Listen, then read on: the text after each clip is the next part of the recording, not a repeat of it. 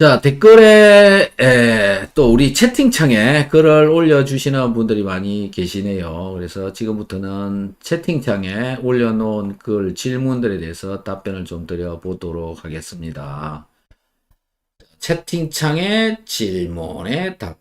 자, 한번 가볼까요? 네, 있습니다. 한번 읽어보죠. 이미숙님 반갑습니다. 이미숙님 오셨다가 마셨다가 그러시는 것 같은데, 네. 오셨다가 마셨다가 자주 와주시면 고맙겠습니다. 자주 와주시면 고맙겠습니다. 자, 여기 보시면은요, 김용우님, 박사님 안녕하세요. 비타민C 5g씩 복용 중인데요. 요즘 들어 발 뒤꿈치, 발바닥에 약간 통증이 있네요. 왜 그런지 궁금합니다.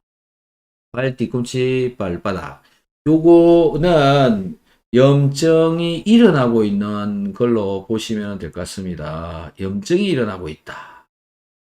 뭐, 그 이유는 이 몸속에 노폐물이 더 많이 발견되어져서 염증이 일어나는 걸로 이해를 하시는 게 좋을 것 같습니다. 노폐물이 많이 발견됐어. 왜 그러냐면, 이 비타민C를 먹으면 비타민C 때문에 백혈구가 굉장히 활성화가 되어집니다. 백혈구가 활성화되어지면 백혈구가 찾아낼 수 있는 노폐물, 이상한 물질들을 훨씬 더 잘 찾아내다 보니 그것이 발견이 되어지고 백혈구와 그 노폐물과 이제 이 제거를 위해서 싸우는 거죠. 그러면 이제 요걸 보고 면역 반응이라고 얘기를 하고 요걸 보고 저는 염증이라고 얘기를 하는 겁니다. 여러분들 몸속에서는 이런 게 염증으로 잘 인지가 안 되시기도 할 텐데요. 저는 요거 자체를 염증이라고 얘기한다라는 거죠.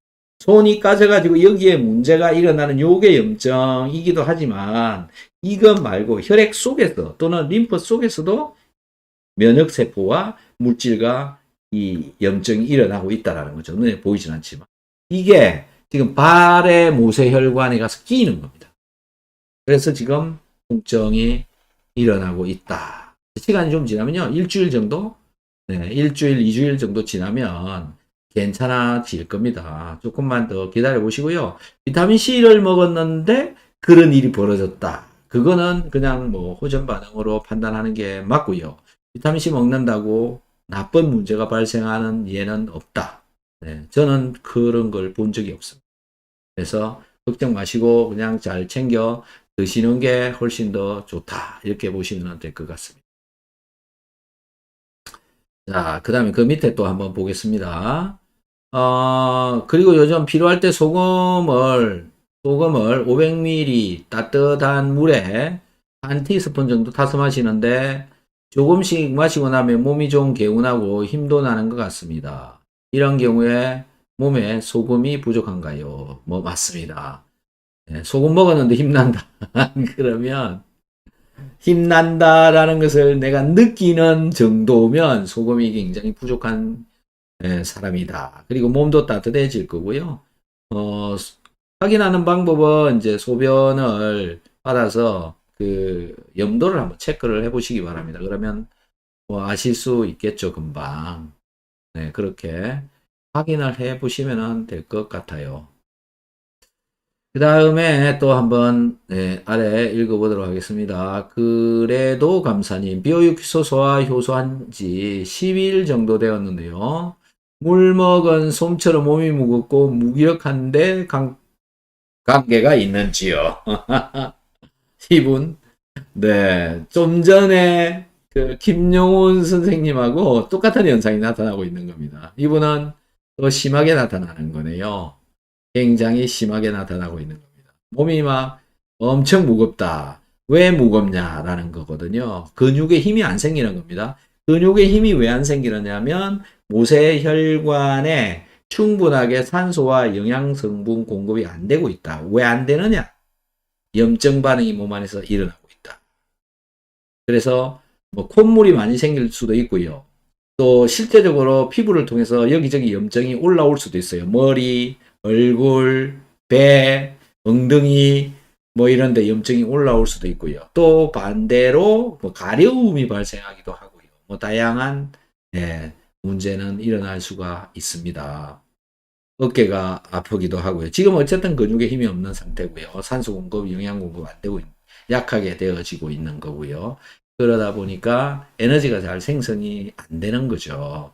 영양제를 먹는데 왜 안 생기냐 이건데요. 그건 영양제로 인해서 몸에 노폐물이 발각이 되어지고 또 백혈구류가 활성화되어지고 뭐 그런 현상으로 인해서 나타나고 있는 겁니다. 그냥 계속 드시는 것이 도움이 많이 될 거다.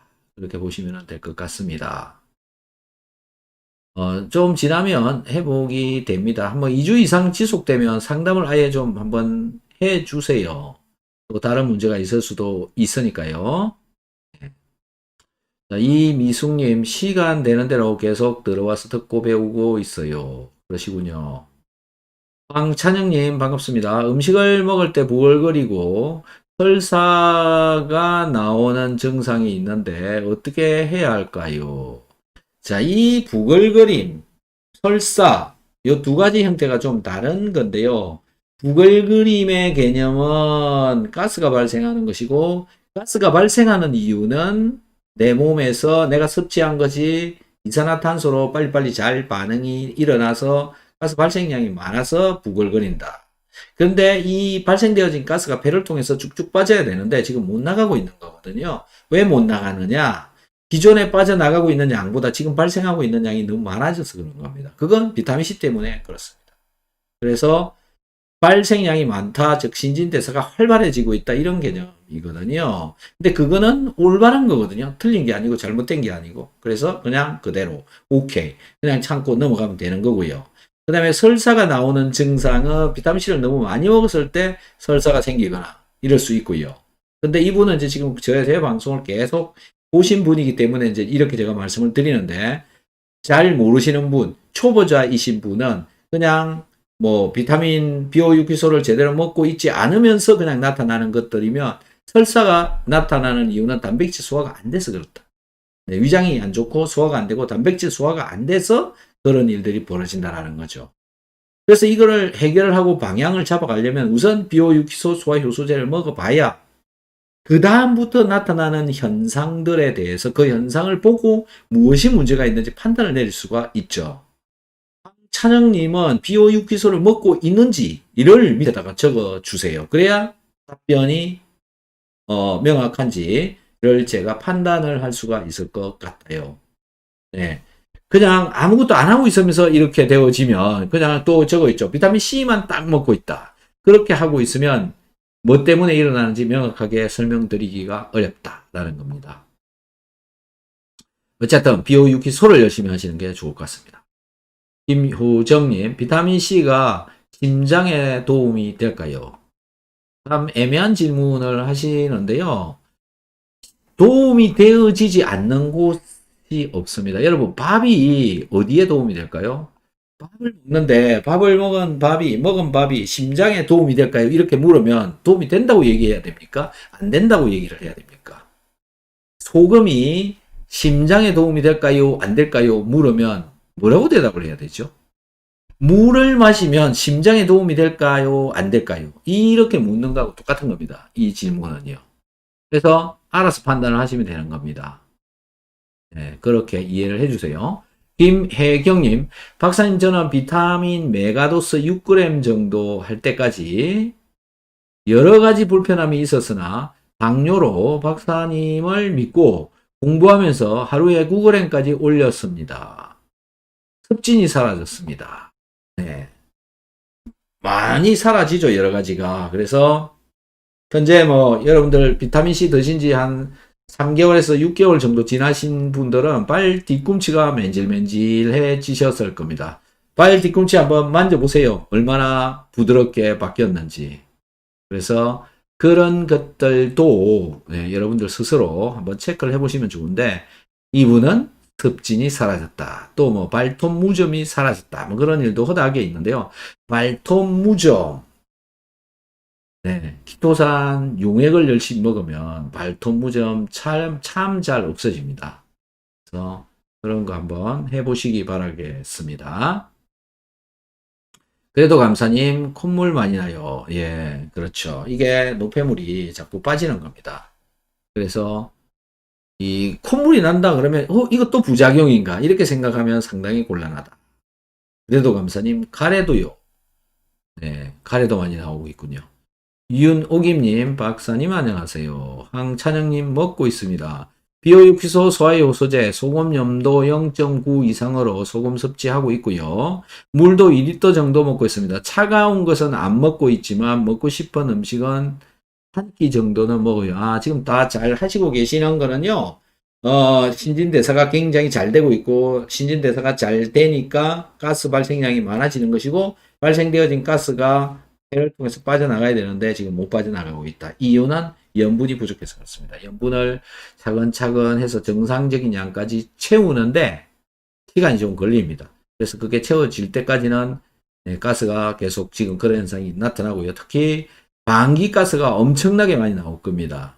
그것도 지나가야 이제 어느 정도 자리를 안정을 잡아간다라고 보시면 될 것 같습니다.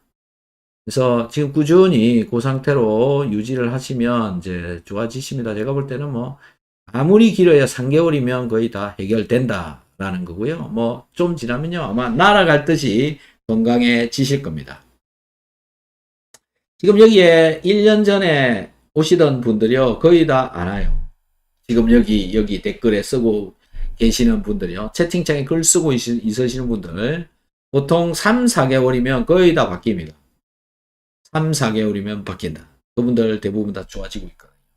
그래서 계속 글 쓰시다 보면 여러분들도 3, 4개월 뒤에는 안 올 겁니다. 여기에. 그래서 그렇게 기대를 하시고 저는 지금 2년째 똑같은 얘기하고 있습니다. 여러분 2년째 똑같은 이야기 하고 있다고요. 제발 좀 다른 영상들 좀 뒤져보세요. 전부 다 얘기한 거고요. 3번, 4번, 5번, 6번 반복했던 이야기들을 지금도 또 하고 있는 겁니다. 영상 보시면 다 나와요. 다 비슷한 얘기입니다. 그래서 새로운 분들이 이제 계속 오시니까 계속 이게 반복되어지고 있는 것이고요. 거기에 좋아졌다라고 증명을 할 수 있는 것들은 유튜브 댓글에 가서 보시면 다 쓰여져 있습니다. 그걸 한번 보시면 뭐 확인이 되실 거고요. 자, 사랑과 평화님, 박사님, 몸에 체온을 올리려면 어떻게 해야 하나요? 네, 이런 것도 다 영상이 만들어져 있습니다. 닥터한스, 체온을 올리는 법, 체온의 비밀, 이런 거 영상 찾아보시면 전부 다 있습니다. 뭐 그런 영상도 6개, 한 10개 정도는 있을 겁니다. 그렇게 많이 이야기 해놨으니까요. 여러분들이 좀 그거 찾아보시면 됩니다. 자, 이제 또 이분이 특히 여기 와서 이렇게 또 질문을 했으니까 오늘 답변을 듣고 싶으시겠죠. 체온을 올리려면. 근본적인 것부터 말씀을 드리면 일단 소화 잘 돼야 되고요. 뭐 그거는 뭐 수도 없이 제가 말씀드렸으니까 어떻게 해야 되는지 아시겠죠? 근본적인 거 소화 잘 돼야 되고요. 두 번째는 이 근본적으로 했던 소화를 잘 되게 했던 그것 중에 한 개가 포도당이 분해돼서 사라져야 되는 거죠. 그러니까 포도당이 세포로 잘 가야 된다. 포도당이 세포로 잘 가게 해야 된다. 그 다음에 산소도 잘 가게 해야 된다. 산소 잘 가게 하려면 운동해야 되는 거죠. 물질 운반이 잘 되게 하려면 수분이 충분하게 있어야 되니까 물 잘 마셔야 되죠. 그 다음에 세포 속에 들어가서 산소와 포도당이 만나서 타야 되는 거죠. 연소. 그래 열이 나니까요. 에너지가 만들어지니까요. 그거 해줘야 되는 거죠. 그 다음에 이 몸의 체온을 높이는 그런 반응이 훨씬 더 잘 일어나게 하려면 또 해야 되는 게 있는데 염분이 충분해야 된다라는 거. 염분을 충분하게 먹어줘야 된다. 이게 체온을 올리는 비법인 거죠. 사실 별것도 아니지만. 그 다음에 음식 중에 보면은 열을 잘 나게 하는 음식들이 많이 있습니다. 스파이시한 음식들 대부분 열을 잘 나게 하죠. 고추, 마늘, 양파, 파 이런 것들. 그런 걸 열심히 챙겨 먹는다. 그 다음에 운동 좀 해주면 좋죠. 운동. 그 다음에 목욕을 열심히 해야죠. 목욕. 그리고 혈압이 올라가야 됩니다. 지금 이분이 사랑과 평화님 혈압이 낮으시죠. 체온을 높이려면 어떻게 해야 되나요? 저런 질문 하시는 분들은 전부 혈압이 낮고요. 맥박이 낮습니다. 그걸 높여야 되죠. 높이려면 어떻게 해야 되느냐? 염분을 충분하게 먹어야 된다. 그래서 결국 저분은 염분이 부족하다. 염분 부족으로 소화가 안 되는 인생을 살아왔다. 몸은 말라있다. 맥박도 낮다. 뭐 그런 상황이 되어져 있는 거죠. 맞습니까? 사랑과 평화님? 네. 그래서 잘 돌아가도록 해주면은 당연히 체온이 올라가고 살도 찌고 뭐 이런 것들이 되어진다. 이렇게 이해를 하시면 될 것 같습니다. 고혈압이에요. 고혈압인데요. 그거가 결국은 왜 고혈압이냐면 원래는 저혈압이어야 맞아요. 근데 더 나쁜 겁니다. 그게. 그러니까는 더 몸이 안 좋다 보니까 몸이 살려고 저혈압과 고혈압으로 다시 올라간 거죠. 저혈압으로 원래 가는데 몸에 충분하게 이 산소, 영양 이런 것들이 제대로 공급이 안 되어지니까 혈압을 높여서라도 끌고 가야 되기 때문에 그런 현상이 나타나고 있다. 살찌는 건 어떠세요? 살? 네. 몸무게나 뭐 이런 건 어떻습니까? 그런 것 전체적으로 한번 다 이야기를 한번 들어야 명확하죠. 그래서 이분은 이제 결국은 식사를 어떻게 하고 있느냐, 식사량, 네, 국물을 잘 먹고 있느냐, 소금을 간간하게 먹고 있느냐, 요 부분이 제대로 되어지지 않으면, 긴 세월 동안 제대로 챙겨 먹지 않았더라면, 제가 지금 말씀드린 내용하고 같습니다. 네. 네, 일단은 뭐. 자, 그 다음에, 김YB님, 반갑습니다. 비오유키 소화는 상관없지만 여쭈어봅니다. 저는 새벽 유산소 운동 시 공복보다 액상 과당을 먹어라 해서 꿀을 섭취하고 있습니다. 과당은 안 좋지만 운동 시에 섭취하면 괜찮다고 하던데, 장기간 복용해도 내 분비기에 이상이 없는지요? 이렇게 적어주셨는데요. 자, 이분, 어쨌든 뭐, 운동을 하든 뭘 하든 간에, 어쨌든 액상 과당을 먹고 있라 해서 꿀을 섭취하고 있다는 거잖아요. 그래서 꿀이라고 하는 게 뭐냐면, 이게, 왜 이런 걸 안 가르쳐 주는지 잘 모르겠습니다만은, 여러분, 꿀은 먹어도 되고 설탕은 먹어도 안 된다. 이렇게 생각하시는 거죠. 그런가요? 그런가요? 네. 꿀에 들어있는 성분이나 설탕에 들어있는 성분이나 똑같은 겁니다. 그러니까는 꿀 속에 들어있는 단맛을 나타내는 대부분이 보면 설탕인 겁니다. 설탕. 뭐죠? 그래서 그냥 물에다가 설탕을 가득 녹여 놓은 거랑 꿀을 사가지고 꿀을 먹는 거랑 두 성분은 같은 거다라는 거죠. 제일 많이 들어있는 성분은 같은 거다. 그러니까 이걸 먹거나 저걸 먹거나 같다. 그런데 꿀이 나은 이유가 뭐냐면요. 그 꿀 속에는 다른 미네랄 또는 다른 단맛을 내는 성분 이런 것들이 좀 더 들어있습니다. 그것뿐인 겁니다. 그것뿐이에요. 물에 꿀을 설탕을 가득 넣고요. 뭐 그러니까 물 반, 설탕 반 이렇게 집어넣고 거기다가 소금, 천일염 같은 걸 집어넣어 버리면 미네랄이 충분하게 들어간 설탕, 그러니까 설탕물이 되지만 그게 꿀하고 유사해진다라는 거죠. 엄청난 차이가 있는 게 아니다라는 겁니다. 그래서 지금 저분이 꿀을 먹던 설탕을 먹던 그러니까는 괜찮다라는 거고요. 또 얼마나 먹는지 지금 장기 복용을 해도 지금 이렇게 묻고 있는데요. 양입니다. 얼마나 양을 많이 먹느냐 이거죠. 너무 많이 먹으면 문제가 일어날 수 있죠. 그렇지만은 지금 먹고 있는 양이 뭐 예를 들어서 숟가락으로 한 개 정도 그렇게 먹고 운동하고 그러는 것에 대해서는 크게 저는 이 영향을 주지 않는다라고 생각되어지는데요. 단점이 뭐냐면 저렇게 과당 뭐 설탕, 단순당 이렇게 되어져 있는 분자가 작은 당은 먹으면 그대로 흡수가 빨리 되어져 버립니다. 빨리 되어지기 때문에 혈당치가 갑자기 쭉 올라가고 쭉 올라가는 것 때문에 인슐린 분비가 갑자기 많이 되어지는 거죠. 이런 현상이 덜 일어나게 해야 된다. 그런데 저분은 운동을 하고 있거든요. 쭉 올라가려고 그러는데 운동을 해가지고 써버린다라는 겁니다. 그래서 쭉 올라가다가 그냥 못 올라가고 내려가 버리는. 그래서 운동할 때 저렇게 드시는 거는 크게 문제는 없다. 오히려 너무 부족해가지고 저혈당 상태가 되거나 이런 상태가 되면 췌장에 무리가 올 수가 있다. 그래서 먹는 것은 저는 적극 권장한다 이렇게 생각하고요. 장기가 아니라 우리가 밥을 항상 먹듯이 많이 먹는 게 저는 좋다. 계속 지속적으로 먹는 게 더 좋다 이렇게 보고요. 내 분비계는 뭐 어느 부분을 가지고 말씀을 하시는 것인지는 잘 모르겠는데 췌장 관련해서 질문을 하시는 것이라면 너무 올라갔다 내려갔다 하지 않도록 그러니까는 운동하는 동안 조금씩 먹고 조금씩 먹고 조금씩 먹고 이렇게 먹는 게 낫죠. 운동하러 가기 전에 왕창 먹고 운동을 하는 것보다는 운동을 하면서 조금씩 먹으면서 없애가면서 조금씩 먹으면서 없애가면서 이러는 게 훨씬 더 효과적이라고 생각이 됩니다.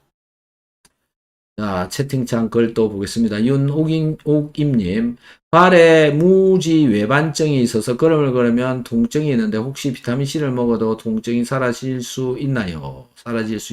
무지 외반증은 거의 물리적인 현상이고 물리적인 문제가 있는 겁니다. 그래서 이런 상황이 되어져 있는 경우에는 그 부분을 잘 손을 보시는 분들이 있거든요. 다른 영상들을 좀 찾아보시면 무지외반증을 잡는 그런 영상들이 있을 겁니다. 저는 본 적도 있고 하니까 그런 영상들을 찾아가지고 물리적으로 해결을 좀 보셔야 될 거라고 봅니다. 마사지라든지 뭐 이런 걸로. 그런 쪽으로 접근을 하는 게 맞고요. 그 다음에 통증을 조금은 줄일 수 있다. 뭐 예를 들어서 10% 정도를 줄인다라는 것은 비타민C로 가능해질 수는 있지만 이거 효과 봤네. 뭐 그런 정도로 말할 수준으로 도움을 줄 수는 없을 것 같습니다. 그래서, 마사지 쪽이나 또는 병원, 이런 쪽에서의 해결을 점을 찾아보시는 게 더 올바르지 않을까, 그렇게 생각이 됩니다. 네. 박말휘님, 반갑습니다. 네, 백정일님, 비오유키스 한지 5개월, 과민성 대장 때문인지 늘 묽은 편입니다.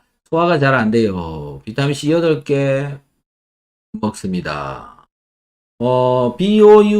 비오유소 한지 5개월. 네.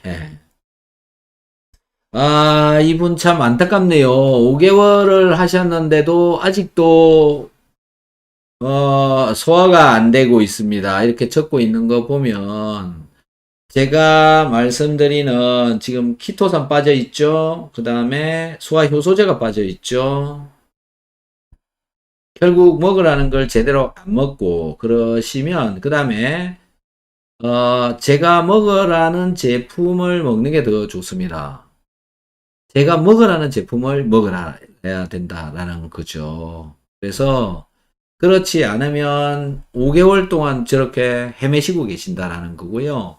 그 다음에 과민성 대장을 해결해 보시려면 일단 소화가 잘 되도록 되어져야 되는 거고요. 그 다음에 장에 에너지를 만들어낼 수 있는 글루타민, 아미노산을 챙겨 먹는 게 맞습니다. 그렇게 해 보시면 비오유키소 소화 효소제 열심히 하시고요.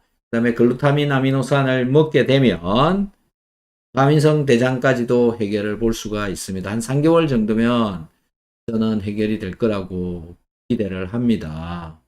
그래서 많은 해결되어지시는 분들을 많이 봐왔기 때문에 어차피 먹어야 되는 이것저것 지금 이 문제 때문에가 아니고 저런 문제가 없더라도 먹어야 되는 영양제거든요. 먹는 게 더 옳거든요. 그래서 먹었는데 소화도 잘 되고 또 과민성 대장도 해결되고 그러면 얼마나 좋습니까? 그래서 그냥 드시면 될 것 같고요. 밑에다가 어떻게 하시고 계셨는지 좀 써주시면 제가 다시 참고가 되도록 상담을 또 더 해드리도록 하겠습니다. 자, 뭐 다른 분들도 좀 잘 이해를 해주셨으면 좋겠는데요. 비오, 유키소, 소화효소제를 전부 다 먹어야 소화를 하는데 도움이 된다. 이렇게 이해를 하는 게 맞고요. 저렇게 가장 중요하게 생각하는 키토산을 싹 빼버리고 소화효소제를 싹 빼버리고 저렇게 먹게 되면 5개월 동안 계속 힘 만들고 있다. 이렇게 되는 겁니다. 비타민C도 보통 6개 먹으라 그러는데 8개를 먹고 있음에도 불구하고 지금 해결이 안 되고 있는 거거든요. 밸런스가 있고 그 다음에 그 안에 각 영양소 간의 조합이 있습니다. 컨비네이션 이펙트라고 하는 요것 때문에 요게 더 좋아지고요. 요걸 또 다른 게 도와주고 서로 도와주는 그런 시너지 효과를 내는 조합으로 비오유키소가 되어져 있는 거거든요. 근데 그 한 개를 쏙 빼버리면 지금 저분처럼 5달 동안 고생만 한다. 안타깝습니다. 네. 정필기님, 혈액에 당이 많으면 영양소가 흡수 안 된다고 하던데 맞는 건가요? 자, 혈액에 당이 많다. 지금 이 얘기의 개념을 좀 더 달리 말해 볼게요. 혈당이 200 나온다. 이렇게. 혈당이 200 내지 300이 나온다. 혈당이 2, 300이 나오면 영양소 흡수가 잘 될까요? 지금 그렇게 질문을 한 걸로 제가 인지를 하고 답변을 드릴게요. 혈당이 올라가 있으면 여러분 무슨 현상이 나타나죠? 눈에 모세혈관이 막히죠. 신장에 모세혈관이 막히죠. 발가락에 모세혈관이 막히죠. 자, 이 세 군데 모세혈관이 막힌다. 여기만 막힌다고 생각하십니까? 뇌에도 문제가 일어나고 있고요. 각종 조직 장기에 문제가 다 일어나고 있는 겁니다. 증상으로만 안 나타나고 진단으로만 안 나타나고 있을 뿐이지 많은 부분에 혈당이 뭐 200, 300씩 올라가면요. 그냥 많은 부분에 문제가 생긴다. 엄청 많은 문제가 생긴다라는 겁니다. 자, 그러면 소화 흡수가, 영양소 흡수가 되려면 소화를 시키기 위한 소화 효소가 나와야 되잖아요. 그게 제대로 나오겠습니까? 췌장이 제대로 돌아갑니까? 간이 제대로 돌아갑니까? 네. 물어 뭐 하느냐라는 수준의 네. 굉장히 많은 문제가 발생할 수 있습니다. 당연히 영양소 소화 안 되니까 흡수 안 되는 거죠. 그리고 소화가 되더라도 흡수시키기가 또 어렵죠. 혈당 높으면 그냥 다 어렵다. 이렇게 보시면 되고요. 심하게 예를 들어서 혈당이 500까지 올라간다. 이렇게 되면 힘이 없어요. 당 소모가 안 일어나기 때문에 에너지를 못 만들어내고 그냥 누워있어도 목도 하나 못 들어요. 이렇게. 그냥 누워서 가만히 이렇게 돼버립니다. 혈당 높게 올라가면 그렇게 된다. 예. 그래서 혈당은 내려와 있어야 된다. 이렇게 보시면 돼요. 사랑과 평화님, 저도 약간 설사 기운 있었는데 키토산 먹고 좋아졌어요. 자, 이렇게 단순하게 그냥 뭐 좋아지시는 분들이 많이 있다라는 건데요. 여러분들도 네, 조금씩 더 좋아지실 건데요. 가장 기본이 되는 것은 물 잘 마시고요. 물 많이 마셔야 됩니다. 남으면 빠져나가니까 괜찮아요. 많이 마셔도. 근데 물을 많이 마시는 분, 염분도 빠져나기 때문에 소금을 열심히 챙겨 먹어야 된다라는 겁니다. 물을 많이 마시고 계시는 분들, 소금 제대로 챙겨 먹지 않으면 소금이 다 빠져나갑니다. 그거 조심하셔야 되는 거예요. 물. 그 다음에 보세요. 물, 공기, 그 다음에 소금입니다. 물을 많이 마시기 때문에 소금을 잘 챙겨 먹어야 되는 거예요. 기본이죠. 그래서 소금 열심히 챙겨 먹는다. 비타민C 열심히 챙겨 먹는다. 그 다음에 키토산. 이런 순서대로 나한테 표준이 기본이 되어지는 영양소부터 먼저 챙겨서 열심히 먹고 그게 제대로 몸에 들어가 있다고 생각이 되어지면 그 다음에 이제 소화가 잘 될 것이고 소화가 잘 되어지면 다른 문제는 잘 해결이 되어지는데요. 다른 문제가 해결이 되어지지 않으면 또 다른 문제가 있다. 그럼 이제 그걸 그때부터 좋아지게 만들어지면 되는데 소화가 제대로 되어지지 않는 몸을 가지고 지금 있는 여러분 몸에서 나타나는 증상을 좋게 하려고 아무리 노력해도 그건 잘 해결이 안 된다. 병원에서조차 해결을 제대로 해주지 못한다.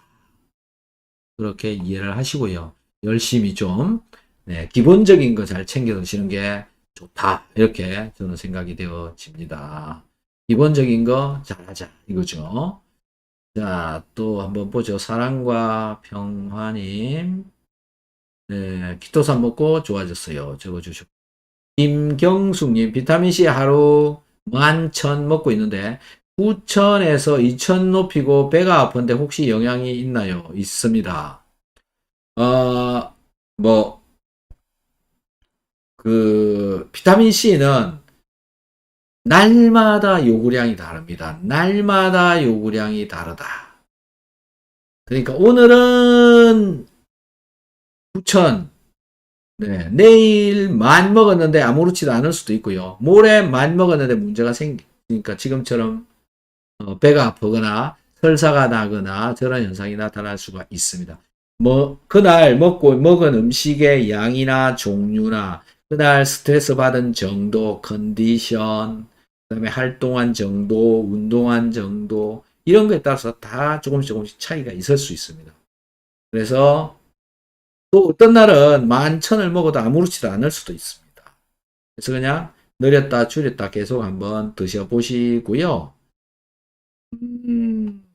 비타민C, 네, 비타민C 때문에 그런 일이 일어날 수가 있습니다. 그렇게 하시면 될 것 같고요. 박순년님, 저는 7년 전에 갑상선 절제 수술 후 신지로이드를 복용 중에 있습니다. 골밀도가 -3입니다. 박사님 영상 중에 신지로이드를 대신할 수 있는 뭔가가 있다고 말씀을 들었는데 비타민C와 무엇인가를 복용하라고 하셨는지 알고 싶습니다.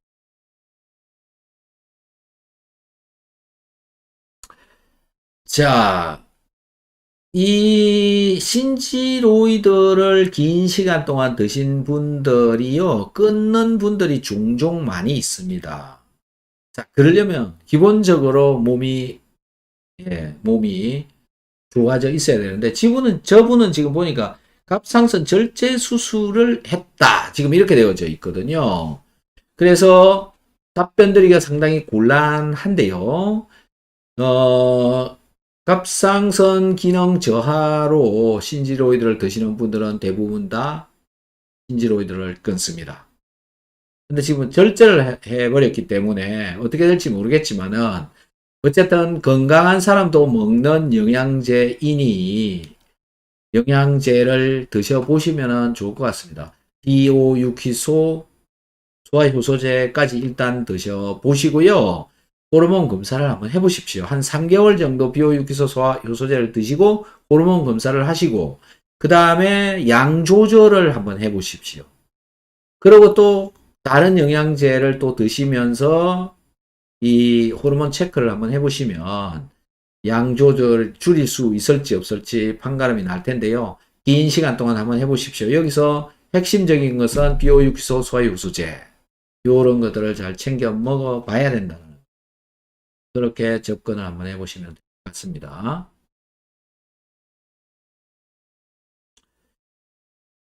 자, 그 다음에요. 백정일님, 영양제 네이버 들어가 잘 안 되네요.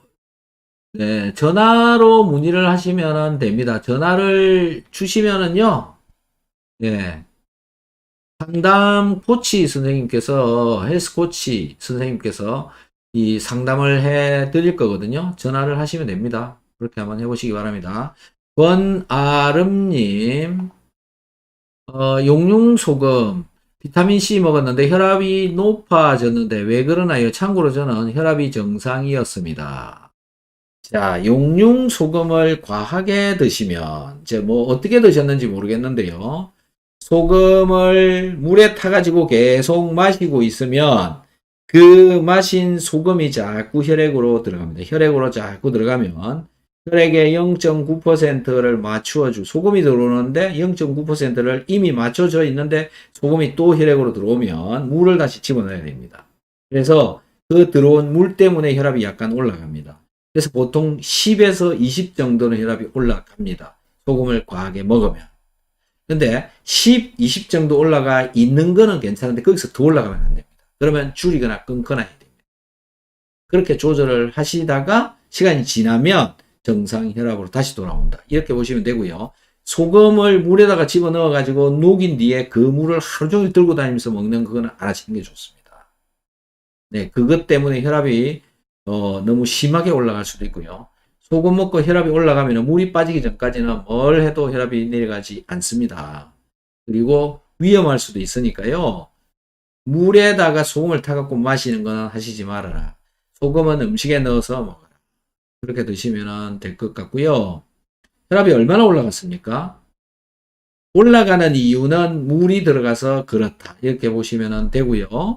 그 다음에 소금을 물에 녹여서 먹지 말고요. 음식에 넣어서 드시되 소변의 염농도를 꼭 재보시기 바랍니다.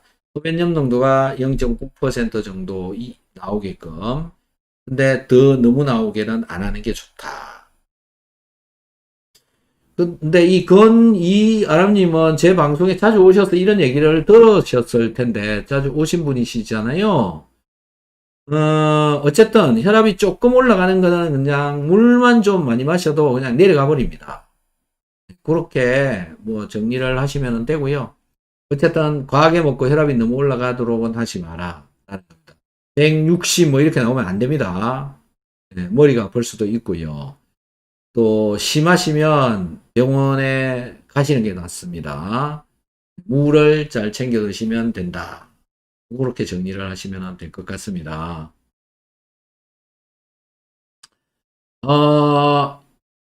네, 혈압이 올라갔고, 김경수님, 너무 답변 감사합니다. 이아라님, 간 수치도 올라갔어요. 자, 이 부분이라면요, 간 수치적인 부분이, 이게 지금, 비오 유키소를 다 하시고 계시는지도 궁금하고요. 그 다음에 소금을 먹고 비타민C를 먹고 간 수치가 올라간다든지 그런 일은 없습니다. 그러니까 간 수치가 올라간 게 다른 이유가 있다라는 거고요. 그걸로 인해서도 이제 이 혈압이 올라갔을 수도 있고요. 뭐 때문에 올라갔는지에 관해서는 지금 저렇게 짧게 몇 줄 쓰고 저한테 답변을 얻을 수가 있는 게 아닙니다. 할 수가 없어요. 그래서 좀 더 자세하게 이것저것 다 따져보시려면 1시간 이상 상담을 해야 될 것 같아요. 그래서 상담을 좀 해 주시기 바랍니다. 그리고 제가 볼 때는 영양제를 먹고 저런 일들이 벌어진 거는 아니다라고 보시면 될 것 같고요. 혈압이 소금을 너무 많이 먹으면 지금 그 부분 지금 저한테 지금 얘기를 안 해주니까 제가 모르는 거죠. 소변 염도가 얼마나 나오는지요. 소금은 어떻게 드시고 계시는지요. 이런 답변을 주셔야 제가 방법을 다시 말씀을 드릴 수가 있는 거죠. 그리고 간 수치도 그냥 이렇게 저렇게 얘기를 써놔버리면 뭘 먹었는지 또 무슨 일이 있었는지 이런 것들에 대한 내용들이 있어야 다른 말씀을 드릴 수가 있다라는 거고요. 소금 비타민C 때문에 간 수치가 올라간다. 그렇지는 않습니다. 그러면 비타민C를 먹으라고 아무도 말을 해주지 않겠죠. 비타민C 먹는데 간 수치 올라가면 소금은 누구나 먹고 있고요. 소금 누구나 많이 먹는 사람도 있고 적게 먹는 사람도 있는데 그것 때문에 간 수치가 올라간다? 말이 안 되는 이야기죠. 그래서 좀 자세하게 적어 주시든지 전화로 상담을 하시든지 그렇게 해주시면 될 것 같아요. 여기다가 적어 주셔도 되고요. 다음 분은 좀 더 기다려 보도록 하겠습니다. 질문이 계신 분들 계속 빨리빨리 적어 주시면 고맙겠습니다.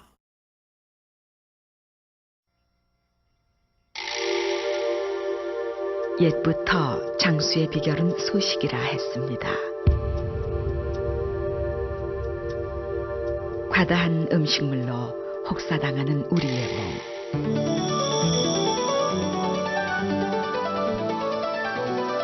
고분자로 고기농성 식이섬유라야 합니다. 그리고 위장에서 빨리 녹아야 됩니다. 직접 느껴보십시오. 자연이 준 홍게에서 추출한 새로운 개념의 식이섬유 바이오 엔젤 키토.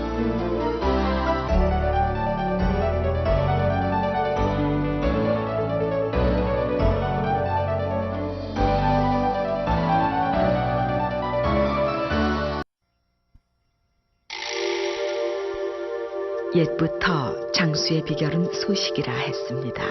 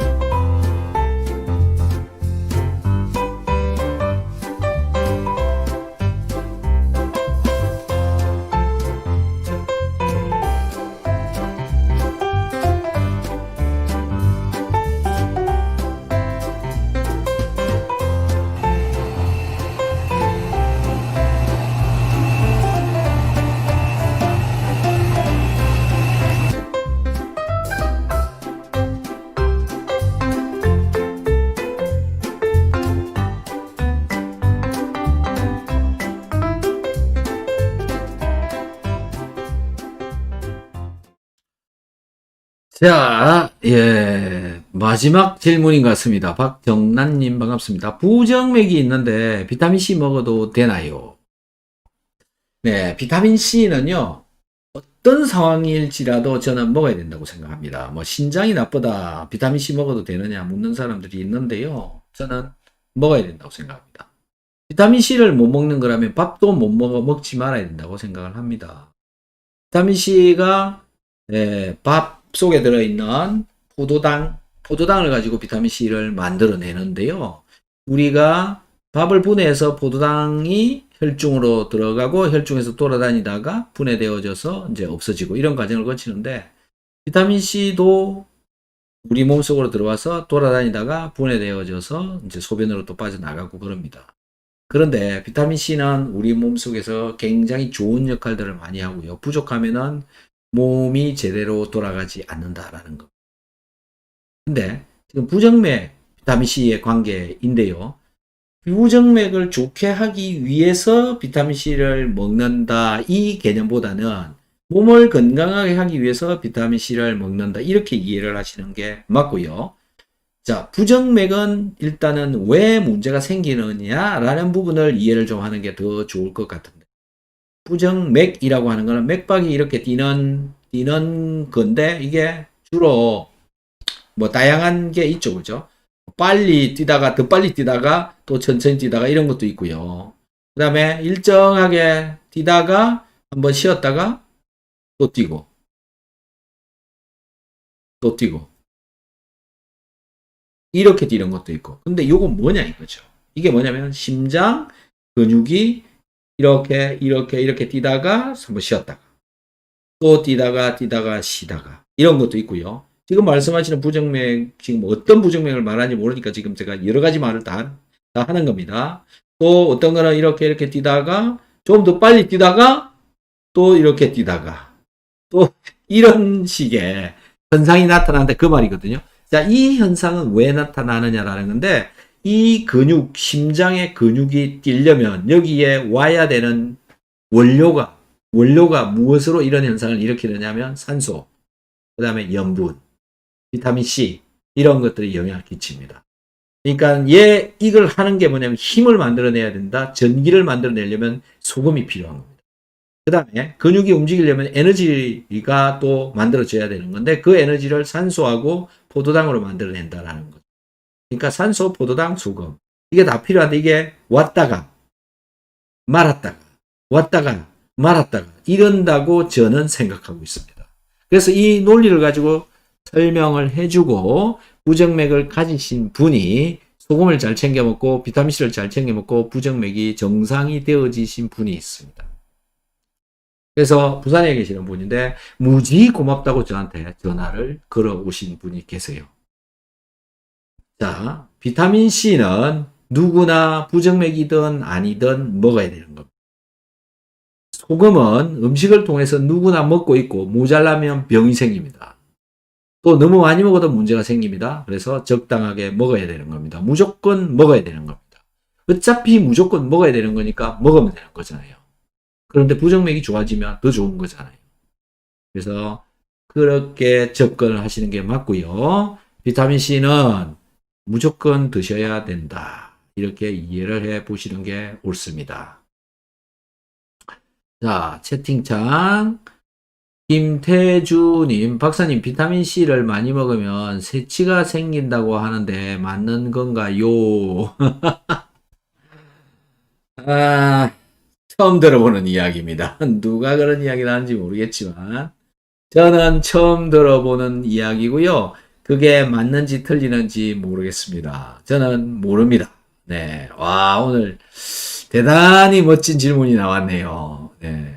정말 귀한 질문 고마운데요. 그렇지 않을 거라고 생각합니다. 이 비타민C는 사람을 젊어지게 만듭니다. 훨씬 더 건강하게 만들어줍니다. 아닐 거라고 생각합니다. 근데 몰라요. 모릅니다. 네, 저는 몰라요. 그렇게 보시면 될 것 같고요. 김나연님, 안녕하세요. 박사님 수고하십니다. 갑상선 오른쪽에 혹이 있고 왼쪽엔 염증이래요. 비오유키선언 하고 있습니다. 더 보충해야 되는 영양제 부탁드려요. 자, 비오유키소, 소화효소제, 네, 계속 드시고요. 기본이 되는 거니까 계속 드시고요. 그 다음에 이제 그 다음 단계, 이제 지금 저게 1단계 영양제라고 저는 얘기를 합니다. 이유식을 할 때도 단계가 있잖아요. 순서대로 먹이는 게 있고요. 이 화장을 할 때도 순서가 있죠. 그것처럼 영양제도 먹는 순서가 있다고 생각합니다. 그래서 처음 비오유키소가 소화를 잘 되고 흡수를 잘 되도록 해주는 그런 영양제다. 이런 개념으로 이해를 하고요. 그 다음부터 들어오는 영양제는 이제 흡수가 잘 되도록 해주는 그런 영양제로 보시면 되겠죠. 그럼 이제 그 다음부터 들어오는 영양제가 어떤 거냐면 비타민 B100, 비타민 B군 먹어야죠. 지금 왜 그러냐면 갑상선 쪽에 정상적인 작동을 위해서, 갑상선, 모세혈관, 혈액순환 이런 거 잘 되도록 하기 위해서. 자, 그 다음에 먹어야 되는 게 마그네슘, 그 다음에 글루타치온, 그 다음에 MSM, 요런 게 2단계 영양제로 보시면 됩니다. 그 다음에 아연, 비타민 D, 요런 거요. 그 다음에 이제 3단계 칼슘도 여기에 해당되죠. 3단계 영양제가 뭐 프로폴리스, 그 다음에 그 에스트로겐 유사 물질 같은 거 있잖아요. 그 석류 뭐 이런 거, 이런 게 3단계 개념으로 프로폴리스, 석류 이런 종류들을 이제 3단계로 보시면 될 것 같습니다. 그 다음에 또 어떤 게 있나? 그 간에 좋은 실리마린 뭐 이런 거. 그게 3단계니까 1단계 먼저 드시고 나중에는 1단계, 2단계 같이 먹고 그 다음에는 이제 3단계로 또 넘어가면 되고, 이런 순서대로 가보시면 될 것 같아요. 그리고 멀티비타민도 2단계에서 한 개 먹어주는 것도 좋고요. 그 다음에 이제 제일 중요한 거는 기초적인 영양제가 가장 중요하니까 물, 공기, 소금, 비타민C, 그 다음에 아미노산이 기본이 되거든요. 그래서 요런 걸 잘 챙겨 드시는 거에 좋을 것 같습니다. 특히 아미노산 잘 챙겨 드셔야 영양 밸런스, 에너지 밸런스를 잘 맞출 수가 있는데, 갑상선에 문제가 있거나 그러시면 별로 에너지 생산 이런 것도 잘 안 되시고 하니까요. 아미노산도 잘 챙겨 드시기 바랍니다. 그렇게 한번 해보시면 것 같네요. 질문이 굉장히 좋으십니다. 용구유님, 고려온단 비타민C 1000 하루에 한 개 먹는데 먹을 때마다 아랫배가 바늘로 찌르는 느낌이 납니다. 그런데 음료로 먹을 때는 괜찮습니다. 혹시 알약을 먹는 것보다 음료로 먹으면 효과가 떨어지는 건가요? 자, 알약으로 먹는 게 훨씬 더 좋고요. 지금 그렇게 나타나는 현상은 일시적으로 나타나는 거라고 보고요.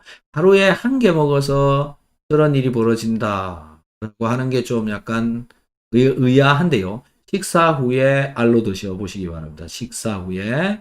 그리고 조금씩 늘려서 드시면 좋을 것 같고요. 그다음에 비오유키소를 다 드셔보셔라라고 말을 하고 싶습니다. 한 종류의 영양제를 가지고 모든 것을 기대한다. 이건 잘 되지 않는 일이고요. 그 다음에 아랫배가 바늘로 찌른다. 저건 다른 문제이지 않느냐 그런 생각이 듭니다. 비타민C를 먹는다고 아랫배를 찌르는 그런 일이 벌어지는 거는 별로 없거든요. 그런데요, 저게 그냥 일종의 가스 문제로 저런 현상이 나타날 수도 있습니다. 하지만, 일단은 꾸준히 드셔보시기 바랍니다. 그리고 액체로 먹으면 괜찮다라고 이야기를 했는데, 그 액상 속에 들어있는 비타민C가 크게 영향을 못 주고 있지 않느냐, 저는. 그래서 우리 왜 마시는 비타민C 있잖아요. 그거는, 네, 제가 거기 들어있는 걸 분석도 해보고 확인을 했는데, 들어있기는 정량대로는 들어있는데요. 기능을 제대로 하지는 못하는 것 같습니다. 알이나 분말로 드셔보시기 바랍니다. 도견주님, 아유, 읽기가 엄청 힘드네요. 3살 유아에게 먹을 수 있는 비타민C가 있나요? 비타민C 몇 살부터 복용해도 되나요? 조언을 부탁드립니다. 비타민C는 과자류에도 들어있고요. 그 다음에 분유에도 들어있고요. 다양한 그 가공식품 안에 들어있습니다. 그리고 이미 먹고 있고요. 그런데 더 추가하시고 싶으시면 사람 몸무게 1kg당 한 알 정도, 10kg당 한 알 정도 계산해 보시면 될 것 같고요. 3살이면은 몸무게가 몇 킬로 정도 나오나요? 한 10kg 나오나요? 한 알 정도를 가지고 쫙 나누어서 먹는 그런 방법으로 접근을 하는 게 좋을 것 같습니다. 그리고요, 유산균을 꼭 먹이시기 바랍니다. 아이는 유산균을 꼭 먹이는 게 좋죠. 다음이요, 이민우님께서 써주셨네요. 좋은 영양제도 좋은데요. 운동 및 식습관에 대해서도 조금씩 말씀해 주시면 좋겠어요. 네, 그 이야기 엄청나게 많이 말씀을 드렸고요. 제 유튜브에 닥터 한스, 식생활 습관, 운동 습관, 이런 거를 찾아보세요. 찾아보시면 관련 영상들이 많이 나오니까 그런 것들을 한번 살펴보시면 좋을 것 같습니다. 왜 운동을 해야 되는지, 네, 그리고 식사는 어떤 방법으로 해야 되는지, 그런 이야기들도 많이 있습니다. 또 좀 찾아보시기 바랍니다. 너무 방대해지면, 예, 기대하는 것에 지금 충분하게 이 시간 안에 다 이야기를 하지 못해서 죄송한데요. 다른 날 또 그런 이야기들을 합니다. 김YB님, 고혈압 환자는 저염식 하라는 정보가 많습니다. 맞는 건가요? 고혈압 환자가 저염식을 하게 되어서 소금이 몸에서 부족해지잖아요. 소금이 딸리잖아요. 정말로 소금이 부족해져 버리면요, 죽어요. 제가 계속 말씀을 드리는 게 있는데요. 제가 아시는 분입니다. 부산에 사시는 분인데, 당뇨가 있습니다. 한 20년 당뇨를 앓았어요. 근데 맨날 저염식을 하라고 얘기를 하니까 심각하게 저염식을 한 거예요. 투석을 합니다. 신장이 나빠서 투석을 합니다. 투석을 할 정도니까 얼마나 저염식 하라고 얘기를 하겠어요. 그래서 저염식을 하고요. 투석도 하고요. 그러다가 염분이 거의 떨어져서 기력이 없어집니다. 당뇨가 있으면, 자, 보세요. 당뇨가 있다는 이야기는 당분이 몸에 많이 남아있다. 먹었던 당이 소모가 안 됐다. 당이 소모가 안 되니까 몸에 에너지가 생기지 않겠죠. 심장이 지금 제일 많이 포도당을 쓰고 있는데 당 소모가 잘 안 돼. 당이 많이 남아있으니까 소모가 안 된 거잖아요. 그럼 심장이 힘이 생기겠습니까? 그런 상황인데 심장이 뛰려면 전기가 필요하고 전기를 만들려면 소금이 필요해요. 근데 저염식을 해버려요. 포도당도 제대로 안 와, 소금도 제대로 안 와, 심장이 뛸 수가 있습니까? 그래서요, 한 3주 정도 전에 그냥 소파에 앉아 있다가 이렇게 심장마비로 그냥 돌아가십니다. 저염식은 굉장히 무서운 겁니다. 심장 그냥 서버려요. 고혈압 환자 저염식, 저거 전혀 맞지 않는 말입니다. 틀린 겁니다. 그럼 뭐냐? 고혈압일지라도 적정량의 소금을 먹어야 된다. 그 적정량이 얼마냐면 소변의 염 농도가 0.9% 정도 나오도록 먹어야 된다는 거죠. 그래서 닥터 한스, 저염식, 닥터 한스, 소금 뭐 이렇게 영상을 찾아보시면 한 50개가 있습니다. 이런 이야기가 나오는 영상이. 50개 또 더 될 겁니다. 그런 영상들을 자세하게 한번 검토를 해보시면 될 것 같습니다. 네, 그래서요. 고혈압 환자일지라도 저염식을 하는 게 아니라 적정량의 소금을 먹는 게 맞고요. 고혈압 환자도 병원에 가서 누워버리면 소금물을 혈관에다가 꽂아서 넣어줍니다. 그게 0.9% 소금물입니다. 혈관에 넣어주는 게요. 그렇게 소금물은 혈관에다가 꽂아주면서 소금은 저염식 해라 이렇게 얘기를 합니다. 말이 됩니까? 넣지 말아야 되는 거 아닌가요? 저염식을 해야 되는 사람이면 고혈압이고 저염식을 해야 되는 거면 소금물을 여기 넣지 말아야 되는 거 아니냐 이거죠. 어떻게 생각하십니까? 어떤 생각이 드십니까? 여러분들은 여러분들이 듣고 있는 정보가 다 올바르다라고 생각하십니까? 몇 퍼센트가 올바르다고 생각하십니까? 제가 하는 이야기는 다 올바르다고 생각하십니까? 제가 하는 이야기는 다 거짓말이다 생각 들으세요. 믿지 마세요. 제가 하는 말은. 그게 더 옳습니다. 네. 여러분들 스스로 판단하고 스스로 결정해 나가야 되는 겁니다. 어떤 누구의 말도 믿지 마십시오. 어떤 전문가의 말도 믿지 마십시오. 틀렸을 수 있고요. 50년 뒤에는 완벽하게 틀렸을 수도 있습니다. 완벽하게요. 새빨간 거짓말일 수도 있는 겁니다. 그래서요. 알아서 판단하셔야 됩니다. 저한테 확인을 하려고 묻는 게 아니고 다른 사람들한테 다양한 정보를 받아서 저한테도 확인을 하려고 묻지 말고 그냥 너는 어떻게 생각하냐? 물어보고 듣고 알아서 판단을 해야 되는 겁니다. SNS 상에 누가 무슨 말을 해도 지금 뭐 상관이 없는 시대에 살고 있는 겁니다. 그래서 여러분들은 굉장히 많은 정보를 받고 있고 그 많은 정보 중에 올바른지 진실인지 거짓인지 판단은 여러분 스스로 해야 된다는 겁니다. 맹목적으로 믿으면 안 된다. 그렇게 이해를 좀 해보시기 바랍니다.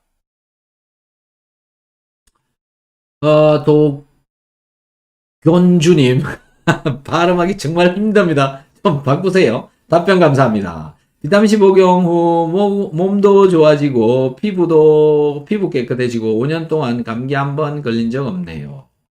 자, 이렇게 좋아지시는 분이 있습니다. 행복한 엘리사베님, 저염식이 나쁘군요. 저염식 나쁜 거 맞습니다. 몸 안에는 소금이 무조건 필요한 거잖아요. 그런데 물은 거의 항상 일정량을 계속 마시고 있어요. 그 마신 물은 소변으로 빠져나갑니다. 소변으로 나가면서 소금을 데리고 나가는 겁니다. 조금이라도 갖고 나갑니다. 자꾸 빼내요. 저염식 해버리면 자꾸 빠지다가 결국은 소금 부족하면 심장마비입니다. 그만큼 심각한 문제를 일으킨다라는 겁니다. 자, 오늘 마지막까지 열심히 질문해 주셔서 너무너무 감사드리고요. 여러분들이 질문해 주시는 것 때문에 저는 머리가 열심히 잘 돌아가고 있고 또 많은 다양한 생각을 해낼 수가 있어서 행복합니다. 여러분들과 함께 이런 시간을 공유할 수 있어서 너무 행복하고요.